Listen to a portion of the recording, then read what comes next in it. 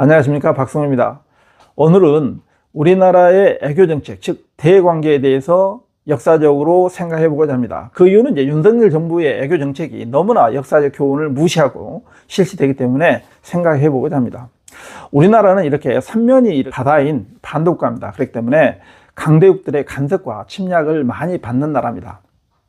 자, 먼저 이런 침략에 동참했던 나라들, 중국, 러시아, 미국, 일본, 영국에 대한 역사적인 이야기를 해볼까 합니다. 자, 중국은 먼저 춘추 전국시대를 통일한 진나라가 드디어 이제 한나라로 이어지죠. 그 한나라의 무제가 우리나라의 고조선을 침략합니다. 고구려의 낙랑군이 축출할 때까지 약 400년 동안 계속됩니다.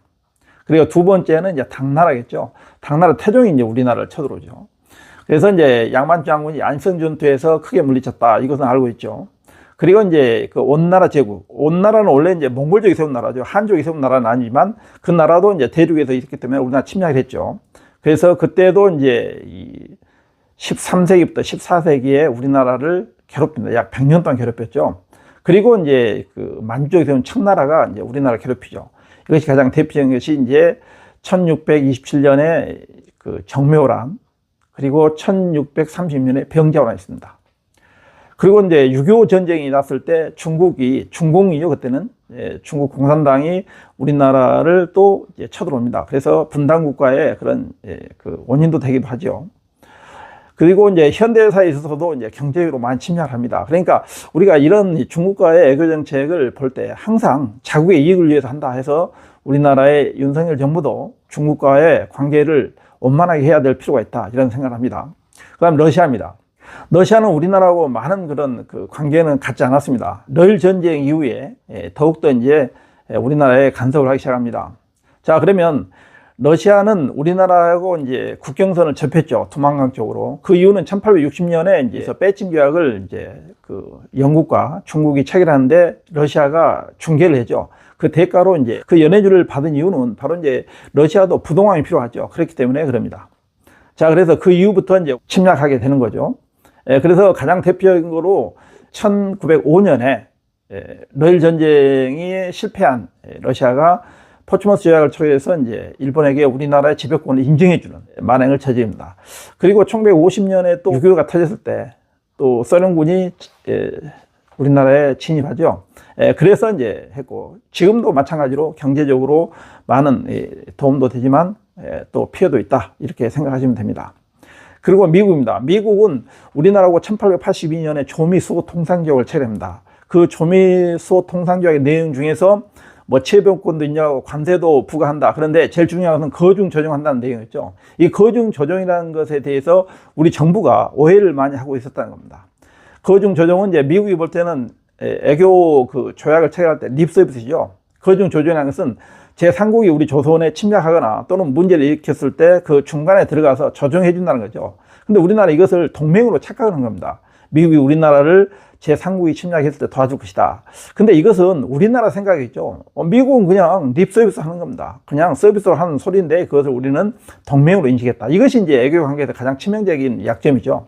미국은 항상 그 립 서비스 차원에서 했는데 우리는 동맹으로 생각했다. 이걸 어떻게 생각하냐면 청일 전쟁이라든가 러일 전쟁이라든가 그 다음에 을사늑약 할 때 항상 미국은 모른 척 합니다. 그러니까 이게 립 서비스라는 걸 알죠. 그러니까 이것을 정부는 알고 또 정부 관료는 이것을 알고 애교 정책을 해야 된다. 항상 자국의 이익을 위해서 한다는 거. 그 카스라 테프트 밀약을 보면 미국이 얼마나 립 서비스 차원에서 했던 이야기인지 알 수 있죠.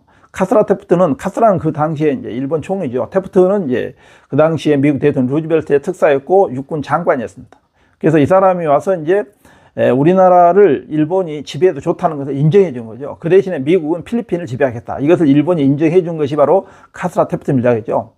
그 다음에 영국도 마찬가지죠. 1885년부터 87년까지 그런 검도 점령이 있었죠. 불법 점령을 합니다. 그러니까 영국이나 미국이나 일본이나 러시아나 중국이나 전부 다 자국의 이익을 위해서는 어떤 일도 한다는 겁니다. 일본은 우리나라하고 이제 뗄 수 없는 그런 관계입니다. 일본은 섬나라이기 때문에 항상 그 대륙을 그 동경하죠. 그렇기 때문에 우리나라나 그 다음에 중국이 좀 국력이 약하다 그러면 무조건 이놈들은 대륙을 진출하겠다, 침략합니다. 우리가 이민한테 생각하죠. 정면 가도를 하겠다. 그래서 이제 우리나라에 길을 열어주라 해가지고 임진왜란을 1592년에 일으켰고, 그것도 부족해서 1597년에 또 정유재란을 일으키죠. 이것이 일본입니다. 그럼 일본의 우리나라 침략사는 어떻게 됐는가? 삼국시대에 보면 이제 임나 일본부서를 이야기하죠. 임나라는 것은 이제 가야를 말하죠. 가야 일본부를 설치해서 4세기 후반부터 백제와 신라로부터 조공을 받았다. 이런 역사 왜곡을 하기도 하고, 그리고 이제 그 삼국시대 때는 후삼국시대 때 후백제를 지원한다 해서 백강준태에서 또 왜군이 우리나라에 또 침략을 합니다. 그리고 고려시대 때는 이제 그 본격적으로 우리나라에 왜구가 들어옵니다. 그래서 이제 1233년에는 고종 때 규슈와 스시마에 있던 왜구들이 우리나라를 자주 침략합니다. 그런데 본격적으로 침략한 것은 1350년에 충정왕 20년부터 본격적으로 합니다. 그리고 이제 그 우왕 때는 아주 많은 그 왜구들이 쳐들어오죠. 그래서 부여, 지금 충청남 부여의 홍산에서 우리 최영 장군이 그 왜구를 물리친 역사적인 사건도 있고, 그리고 전라북도 군산에서 그 최무선 장군의 진포대첩이 있었죠. 그리고 전라북도 남원에서 황산대첩 이성계 장군이 있었고, 그 다음에 남해의 관음포에서 정의 장군, 이런 사람들이 그 왜구를 물리쳤습니다. 이것이 바로 이제 고려 우왕 때입니다. 그러면 조선시대에 오면은 세종 때, 중종 때, 명종 때 있었던 삼포해란, 사랑진해변, 그리고 을묘해변, 이런 것들을 통해서 일본은 우리나라의 침략을 끊임없이 해왔습니다. 그러다가 1904년부터 우리나라를 본격적으로 시작합니다. 그래서 러일전쟁의 승리를 일으켜서 한일의정서를 체결하고 제1차 한일협약을 체결하죠. 그런데 여기에다가 열강들이 우리나라의 일본 침략을 묵인해준 그런 조약이죠. 조금 전에 했던 1905년 7월달, 8월달, 9월달 있었던 바로 카스라 테프트 밀약, 그러면 제2차 영일동맹, 그리고 러일전쟁에 패배한 러시아, 일본의 포츠머스 조약. 그래서 11월 달에 을산 늑약을 체결해서 우리나라가 일본에 그 강탈됩니다. 그래서 1910년에 한일 병합조약을 강제로 체결해서 불법적으로 30년 동안 우리나라를 지배했습니다. 이런 그 역사적인 대관계라든가 애교 관계를 보면 우리나라 현 정부는 이런 역사적 교훈을 알고 항상 자국의 이익을 위해서 모든 국가는 애교 정책을 또는 대관계를 편다는 것을 알아야 됩니다. 자, 그러면 여기서 이제 문제가 있습니다. 현재 미국과 일본과 한국에서 어떤 관계가 이제 정상적이냐? 미국이란 나라는 태평양을 자기 나라의 호수로 생각합니다. 호수로 생각한다는 말은 자기 앞마당의 연못으로 생각하죠. 그 연못을 보호해주는 그런 그 방파 역할을 하는 것이 바로 일본입니다. 그리고 두 번째는 필리핀, 그리고 대만, 그 다음에 파푸아뉴기니, 호주, 뉴질랜드. 여러분 지도를 보면 알겠지만 이 지도를 보면 바로 이제 그렇게 알 수 있습니다. 그래서 미국은 어떤 사고가 터졌다 그러면 항상 일본을 먼저 생각합니다. 왜 그러냐면 자기 앞마당에 그런 이 호수의 뚝이죠. 뚝이 무너지면 안 되겠죠. 그렇기 때문에 한국과 일본의 어떤 분쟁이 생겼다 그러면 미국은 항상 한국을 버리고 일본을 선택할 수밖에 없다. 이것이 우리 정부나 대통령이 알아야 될 애교 정책의 기본 원칙이 됩니다. 두 번째, 일본은 정말로 항상 대륙을 호시탐탐 노리고 있다. 이것을 꼭 알고 애교 정책을 해야 됩니다. 그리고 이제 미국이란 나라는 대만도 포기하지 않습니다. 여러분 뉴스 보면 알겠지만 대만을 절대 포기하지 않습니다. 중국이 뭐라 해도 포기하지 않습니다. 그리고 호주는 뭐 당연히 포기 안 하는 것이고, 그 다음에 뉴질랜드도 마찬가지입니다. 그래서 지도를 보면 동그랗게 이렇게 바로 미국의 호수가 되어 있다는 것을 알 수 있습니다.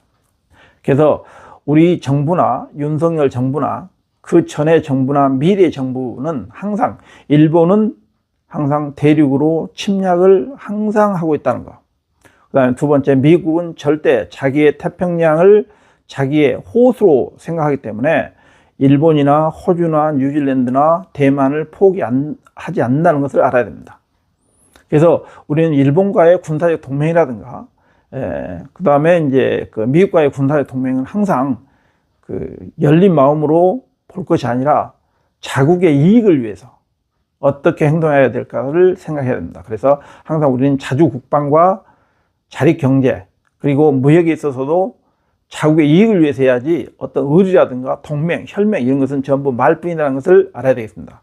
오늘은 우리나라 윤석열 정부의 애교 정책을 시행할 때 역사적인 배경을 항상 고려하고 그 교훈을 삼아야 된다는 이 이야기를 하고 마칠까 합니다. 이상 마치겠습니다. 안녕히 계십시오.